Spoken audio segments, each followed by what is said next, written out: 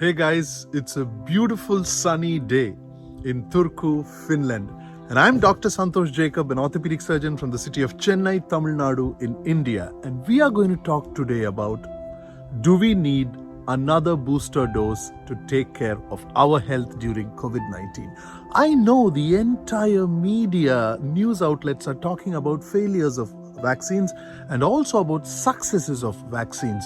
But where do we actually stand with vaccinations when it comes to protecting ourselves from COVID? We are listening about a lot of countries where vaccinations seem to be failing, like in Israel. And at this point of time, we are also talking about booster doses. So let us look at what the science says through 6 different points, at the end of which we will understand about vaccinations in relation to COVID and whether we need a booster dose or not. Point number 1. So let us understand what are the different types of immunity which vaccines or infection from COVID-19 gives us. The first type of immunity is immunity against infection. That is, if you have that type of immunity, even if a virus comes inside your nose, you will not get infected. These are the people who do not get reinfected with COVID-19. And then there is immunity towards severe disease. What does this mean? People who have this kind of immunity might get infected. The virus might enter into their nose and might reproduce in the respiratory area. But when it reaches the blood, they will have antibodies in the blood which restricts and repels the viral particles, so that even though they have an RT-PCR positive, they will not need hospitalization or medications. And then there is this third form of immunity, which is immunity against transmission. These are the people who have that kind of immunity that even if they get the infection or even if they are around infection, they will not carry infection forward to susceptible people. So when we are talking about what kind of vaccinations we need to take, we need to understand that against COVID-19, we have these 3 types of immunity. 1, immunity against infection itself. 2, immunity against severe disease, which I think is the most important thing, because who cares about getting a cold? We care about going and getting admitted in the ICU and the hospitals. And the third type of immunity is immunity against transmission, where somebody has that kind of immunity that they will not even transmit the virus to another susceptible person. Now, understanding this, let's go to point number 2. Point number 2, the Delta variant coming into the picture. What does that mean for those who are vaccinated? According to evidence, research and studies which have come out, people who have taken 2 doses of vaccinations are protected against the Delta variant, especially against severe disease, which we discussed in the last point was most important. But what happens is that the other 2 types of immunity, the immunity against getting infected and the immunity against transmitting it to other people, is definitely reduced even in those who are vaccinated.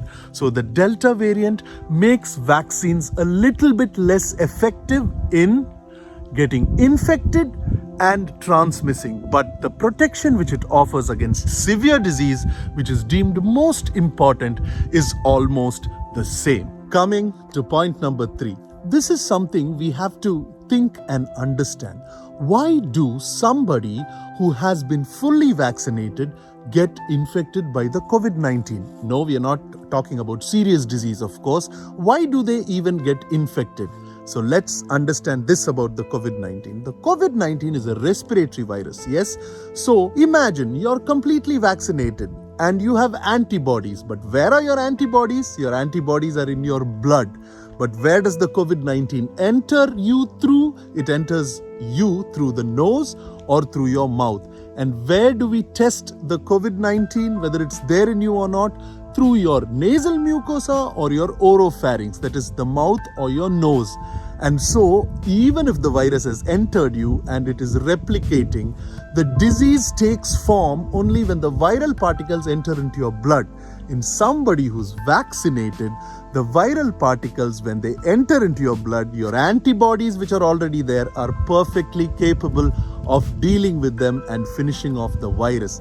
And that is the reason why when somebody is vaccinated and they turn RT-PCR positive, you do not have to worry 97% of the time, because 97% of the time when the virus enters into your bloodstream, the antibodies which have already formed because of your vaccinations or previous infections are perfectly capable of dealing with them and not letting them cause a severe disease or affect your immune complex. And this is why when it comes to COVID-19, which is a respiratory multiplicating virus, and because the tests are also done in the nasal mucosa and in the oropharynx through which they enter, the possibility of you having an RT-PCR positive is high, but the possibility of that RT-PCR positive and virus going into your blood and causing disease is quite low. This is the reason, so even if you are RT-PCR positive but you're vaccinated, don't worry.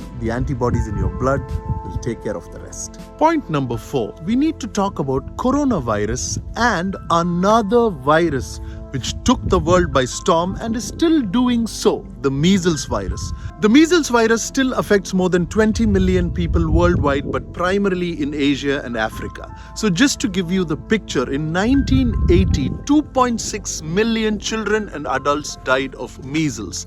And that was the time when the measles vaccinations were started. Cutting the story short, coming to 2017, because of consistent vaccination of children, the number of deaths in 2017 when compared to 1980 is just 74,000. Whereas in 1980, it was 2.6 million. And the measles vaccine is one of the most effective vaccines in the world at 95%, when compared to the COVID-19 vaccine, which is just 90% as effective or 83% as effective somehow. What is the point? We have been living with deadlier viruses, with vaccinations, something which we are used to, like the measles, which kills 75,000 people every year. Putting the pieces together with the COVID-19 vaccine and the measles vaccine. Measles is as infectious or more infectious as the Delta variant. But with constant vaccinations, we have brought down the deaths from 2.6 million to 74,000. The COVID-19, the newer variants, even though they are as transmissible as the measles virus, they are not as virulent. They do not produce as severe disease as the Wuhan variant. Even they are becoming less severe and more transmissible. So with the advent of vaccines and with the advent of people who have taken the vaccines getting infected by the new variants but not having severe disease, the possibility of the COVID-19 virus becoming an endemic virus where it stays in one community and affects only those who are susceptible with comorbidities is much, much higher. Coming to point number 5, immunological memory waning. It's basically that our immune cells forget how to fight COVID-19 after a period of time. It happens with natural infection and it happens with vaccinations. So you guys have to know that just how a disease produces a natural immunity, vaccines will also produce more or less the same. So what happens with COVID-19 is that as time passes by, our immune cells tend to forget how to fight the disease or different aspects of the disease. Our immune cells become less efficient. And this happens in a lot of infections, not just in COVID-19. And that is the reason we have so many boosters. We have boosters for hepatitis. We have boosters for chickenpox. We have boosters for so many diseases, childhood diseases which are preventable by vaccines, which are also given at the age of 6 or 7, so that the immune cells remember once again how to defeat the disease. And this is a character of COVID-19 where immunity with natural infection and immunity with vaccines wanes after a period of time. And this is also an important point for us to think about when we are talking about boosters. Point number 6, Israel. Yes, Israel is in the news because they made such a big ruckus about getting vaccinated completely and opening up and no masking. But then COVID-19 proved that it was not that easy to keep down. So first, let's get to the points. Like we hear everywhere, it's not that Israel has vaccinated 99% of their population. Let me give you the numbers. Between the ages of 60 to 90, 90% of them are vaccinated. Between the age of 40 to 60, 60 to 70% of them.